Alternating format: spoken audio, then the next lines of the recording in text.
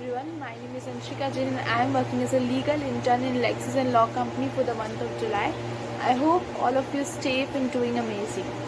So today, before beginning to the topic, let's discuss about a common reality and the ground reality regarding the women.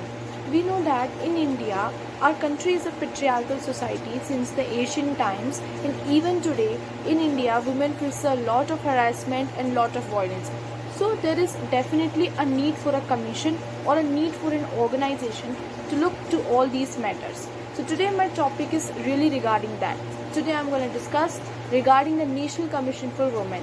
So now let's begin with what is this commission about, what's all the importance and objective this commission deals with.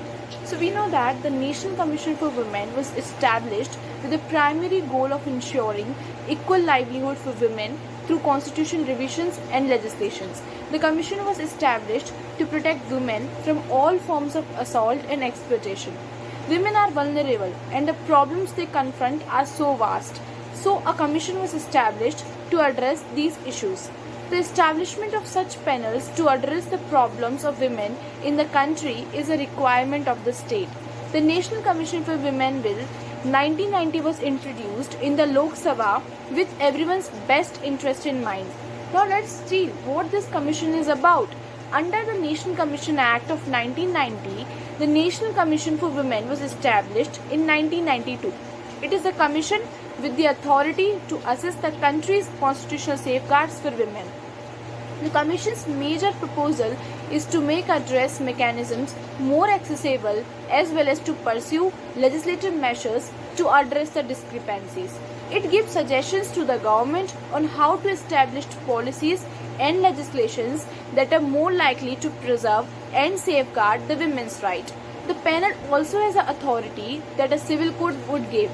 The first commission, it was chaired by Jayanti Patnaik, was established on 31st January 1992. Alok Rawat, he was IAS and he was the first male member of the National Commission for the Women. Now let's discuss how it originated, what was the historical background for National Commission for Women. 20 years ago, the Committee on the Statute on the Women in India presented the recommendations. This Commission for Status for Women in India recognized the importance of trying to establish a venue for grievance redress. It boosts women's development in the social and economic realm. Following that, the Succession Commission, the National Perspective Plan for Women, also presented suggestions for the establishment of authoritarian regime from 1988 to 2000.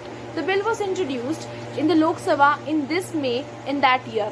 The Ministry of HRD also hosted a national level meeting in July to address the recommendations given in the bill. Following the discussion, the government made numerous legislation and revisions and added new measures to the commission in August. As a result, the commission was acted as a civil code. Now let's discuss the importance and the significance of this commission. Women as a group do not belong to a minority community, nor they do belong to backward social class. India has been a patriarchal society since its inception. As a result, women have always subjugated in society, necessitating the implementation of deliberate measures to increase and improve women's standing in a male-dominated society. So there are no provisions in the Indian Constitution. We know that Article 15, Subclause 3, Article 21, Article 14, they protect and safeguard the women, but they are more gender neutral. The Supreme Court has also taken vital protection for protecting the rights of the women. The foundation for the National Commission for Women was promoted by a lack of constitutional hierarchy, judicial capacity, and popular interest.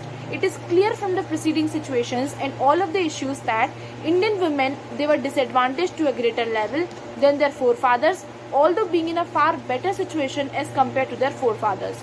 So in the 1990s, we witnessed the violence and injustice faced by the women. The government also decided to form the first National Commission for the Women in the year 1992. Now let's discuss the various objectives of the National Commission for Women. The National Commission for Women have a notable achievements and accomplishment in the creation of gender profiles. They took the initiative from the Parivarik Mahila Lok Adalat to take proactive measures to protect the women's right.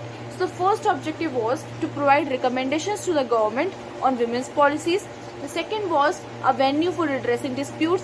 Third was to provide proposals for legislative initiative. And the last is women's legal and constitutional protections will be examined.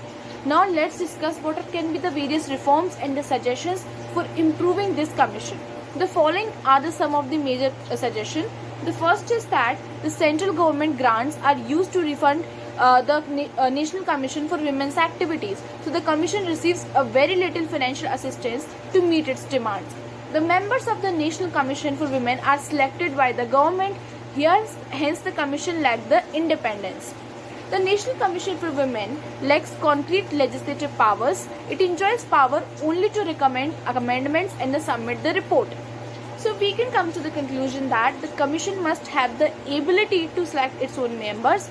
Members should be chosen without bias and they should have a strong understanding of the law as well as society and human behavior.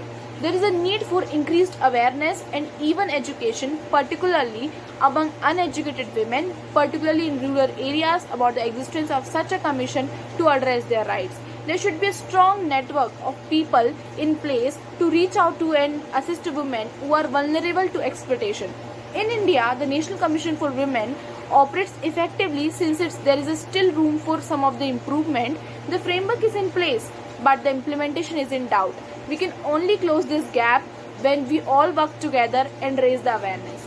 So I hope we all understood that we have a commission, but there are even a lot of discrepancies in this commission.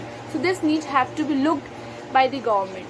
So when this situation will get improved, women in our society will also get a higher chance to work on different fields and they also will have an independent. So I hope you all have understood this commission very rightly. Thank you very much.